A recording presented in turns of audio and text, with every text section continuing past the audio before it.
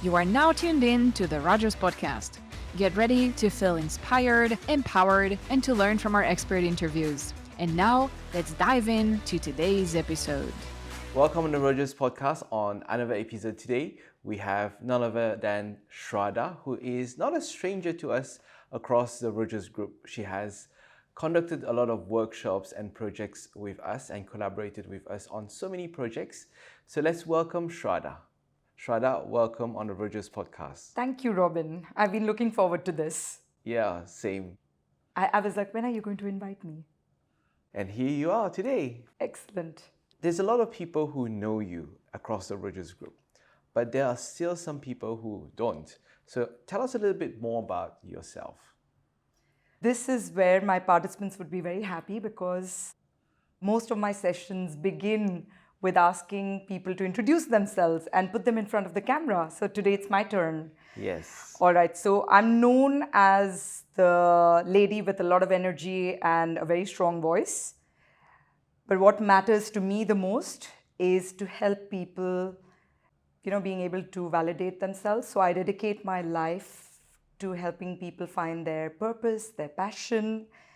And I do this, of course, with Rogers and many other organizations. I partner with them and I conduct leadership workshops, game-changing presentation skills workshops, sales and customer experience workshops. But what happens is through these workshops, I help people build confidence. And that, according to me, helps them self-validate. We live in an era where we're constantly looking for validation externally. And if there's one change that I could make through my work is to help people validate themselves. So you will hear a lot of my participants coming up and saying, I'm awesome, Shradha. It's because that's what we practice a lot during the sessions. It's to make them feel great about themselves, find what they love, and voila, that's me. Yeah, that's your signature. I'm awesome. Yes. With a pat on your back. Yes. shoulder. Always. On today's episode, we're going to explore a little bit more about what is purpose, culture, and values, and why is it important in a lot of organizations? Thank you so much for asking me this question because this is what I'm doing nowadays. Most of my projects revolve around cultural transformation. It didn't start that way. I was doing one-off trainings for different organizations. So the list of companies that I've worked for, I've not really done cultural transformation for them, but I've done either leadership workshops for some people, sales workshops for some companies, presentation skills. But there's something that I noticed along the way that what matters the most is what is this company made up of? The sense of belonging that people have, where they get a chance to flourish, where they get a chance to really reach their potential. And that's what culture is all about. Recently I came across this quote and I use it in my trainings a lot, which is culture eats strategy for breakfast. Wow. Which is, it's all about culture. It's all about how you make people feel in an organization. And that is what extends outwards towards your customers. That's how they are going to feel. So culture is everything. And of course, it's broken down into the purpose, the vision, and then you've got the values. So let's start with purpose.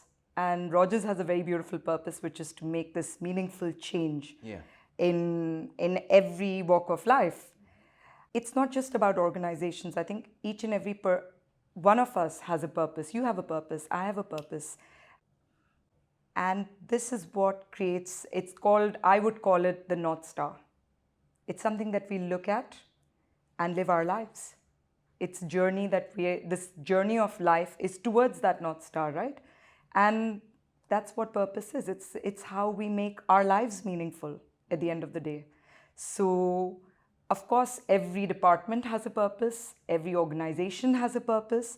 And if you don't have that purpose, you're only goal-driven, then it kind of creates that up and down and that feeling of, you get that feeling of achievement, but what next?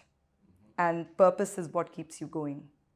It's what decides, like every organization that was created, that came into existence, decides what their purpose is before they even, that's the foundation of any organization. And of course, the result that is expected is profit, but there is a purpose that creates that for you. So, can you share from your experience some example of the trainings and the workshop that you have done that really sets apart from the rest? So, before I moved to your beautiful paradise island of Mauritius, I was based out of Singapore. That's where my company is headquartered. In Singapore, I had a chance of working with certain organizations where I could really see this. You always ask yourself, why is one organization more successful than the other? Why are people craving to work for one organization and not that keen on working for another? And that's where culture comes into place. So one of the organizations that I have trained for the past 14 years is Singapore Airlines. And they have a very, very strong culture. And what you can see is that it is in everything that they do. This pursuit for excellence is seen everywhere. It's seen in the uniform. It's seen in the way the aircrafts are designed from inside. It's their processes. Everything is driven by that strong culture, that foundation. And it's a non-negotiable. So when companies, and this is out of my experience, I've seen, when you see companies that have their purpose, their values, and their mission statements just created for the sake of advertising and marketing, it's difficult for them to be able to differentiate themselves. Whereas companies that really bring it into their day-to-day life, and every decision that is made is based on this foundation that was laid at the beginning, that's what sets them apart. So you can see it in their body language, you can see it in their smiles, and Singapore Airlines is known for that, that Singapore Air Girl smile, which tells you everything. Yeah. There's another company that I'd like to mention, which I worked for. I conducted a global workshop for them for Philips Electronics.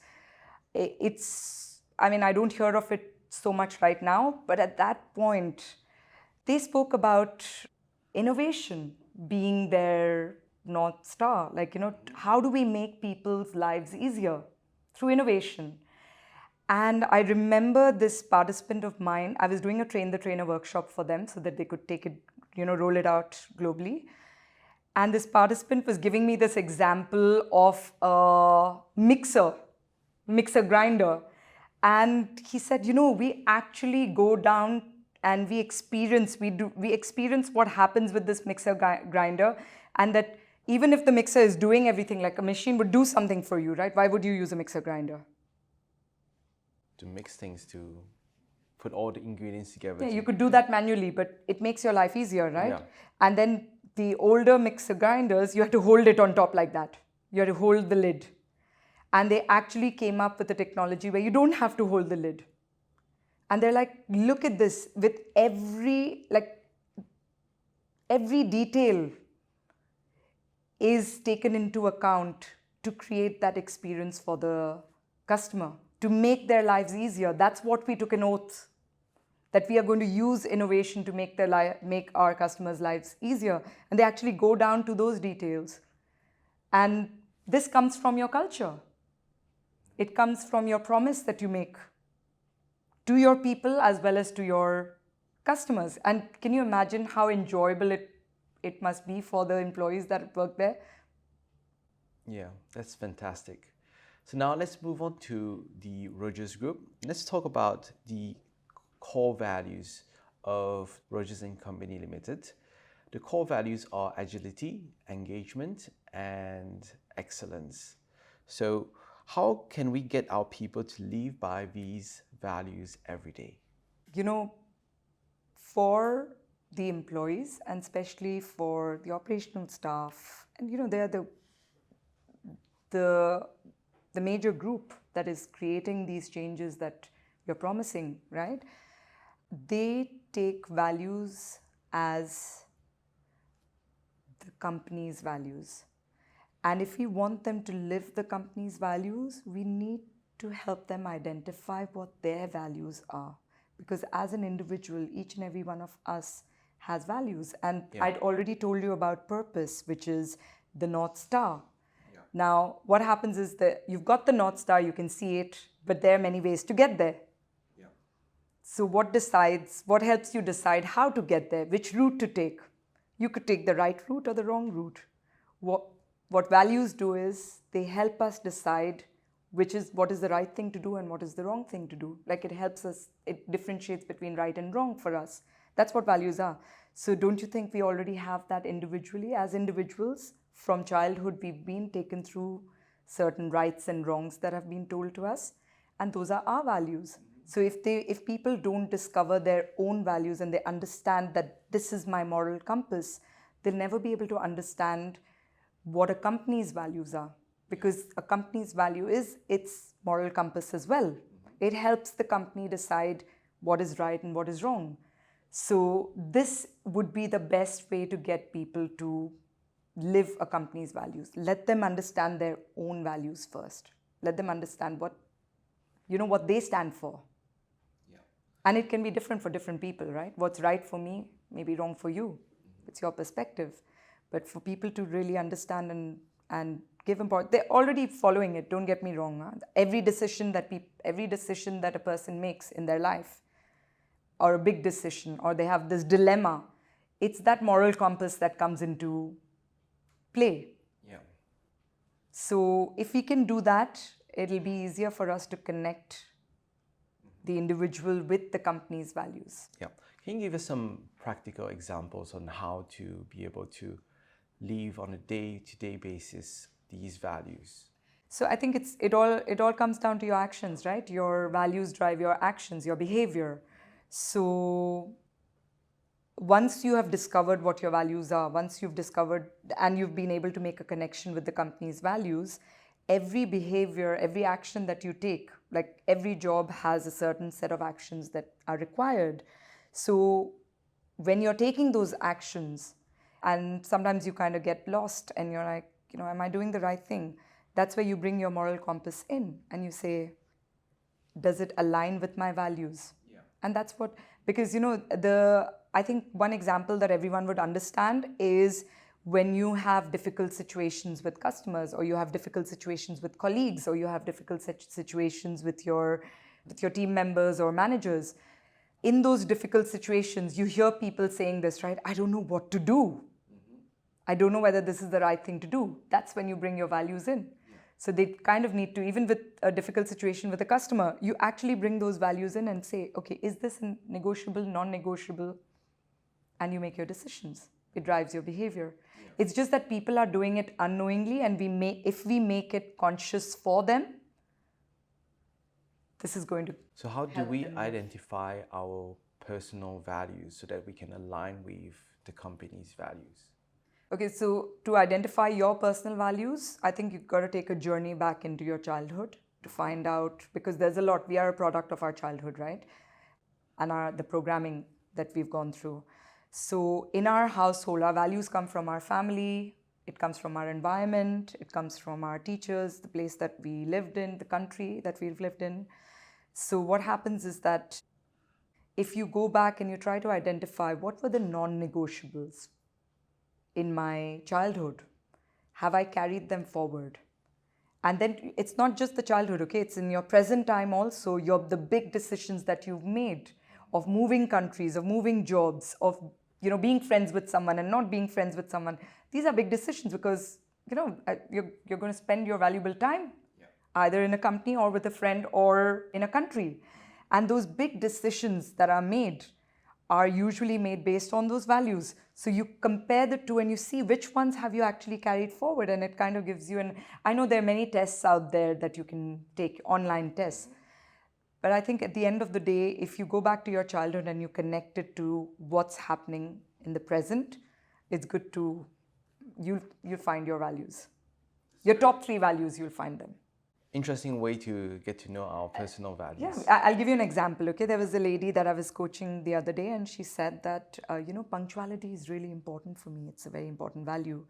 And then when I probed a little bit and I helped her kind of take that journey back into her childhood. And she said, my father was very particular about punctuality. So if I wouldn't get dressed on time for school, he would leave me in the house and go to work. So it was not like a show that I'm going to drive away. He would actually leave her and go away. That's how important. It was a non-negotiable punctuality. And this is what sets your tone of understanding what's right and what's wrong, right? Yeah. Mm-hmm. Okay, so you're known for a person who is not just serious. So let's put aside some seriousness, and what are all the practical ways, this is a very interesting topic, and how do you make these things light and fun for everyone? Okay, so of course you're saying this because you know about my workshops. There's a lot of fun and there's a lot of dancing and there's a lot of, fun exercises that happen during the workshop. And that's how I would like it to be at workplace as well. I feel that the more serious you are, we've got too many serious things in our life, right? So let's make it fun. Yeah. So I'll give you an example of what I have done. So I was conducting a workshop for Unilever, and I did this global workshop for Unilever for many of their brands, because Unilever is known to own about more than 400 brands that come under their umbrella. And I was training a number of their brands, and I was supposed to conduct this workshop, which is brand connection. And I said, we've got these young sales consultants, young girls, 20-something, and I'm going to teach them about brand connection. I can put together a quiz about who founded what and what does this brand stand for. But they're going to forget it the moment they walk out of the session because it's boring. It's too serious. So what I decided at that time, and this was in 2014, I think, that's when I decided to do this. I decided to associate songs with every brand, the latest pop songs. And the message that a brand that comes under Unilever, I'll give you an example. We had Dove, a brand that I was training. Yeah. So Dove has this beautiful message of beauty is from within. So I found a song that was, I forgot, I think it was One Direction, which was You Don't Know You're Beautiful. Yeah. Where people kind of, you see all their advertisements are like that, where they're getting people to recognize their beauty within and to really validate themselves. So I found that song and I edited it, I gave it to the participants, and I said, come on guys, create a dance out of this. So you don't just learn by listening, you learn with your actions, all your senses get involved, and then you start believing in it because you're singing. When we sing, that's what you must have, a song that you really love because you believe in it, and when you sing it, it energizes you. And this was the song that energized everyone, it connected everyone.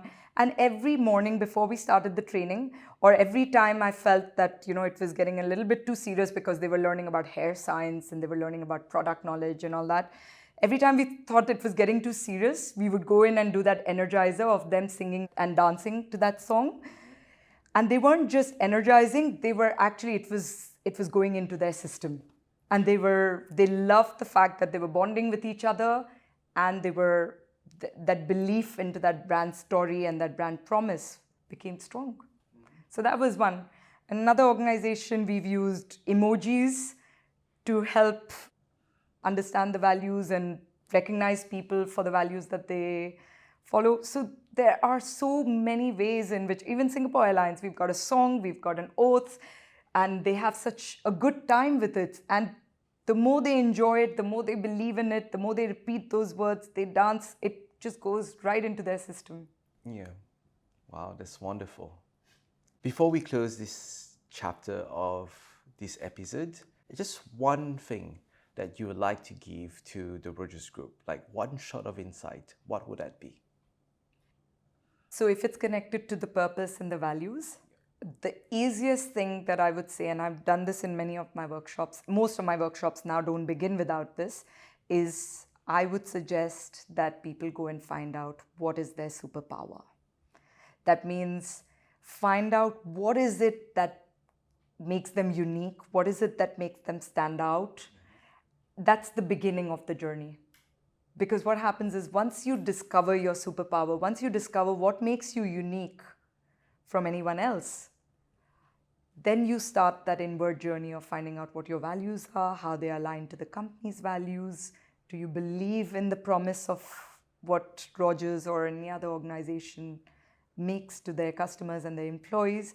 The beginning is that superpower. Figure out what your superpower is, and I can give you 3 questions that can help you find your superpower. So the first question is to just list down everything that you're good at.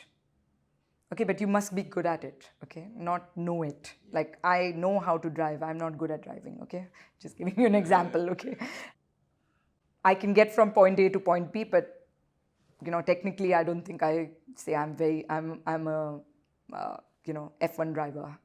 Just make a list of all your strengths in personal and professional life and shortlist the strengths that are used to help others. That's why I call it the superpower, because what it does is it's extended outwards. So all of our superheroes that we love from Marvel and the other series, you'll always see that they have a superpower, but it's extended towards helping someone.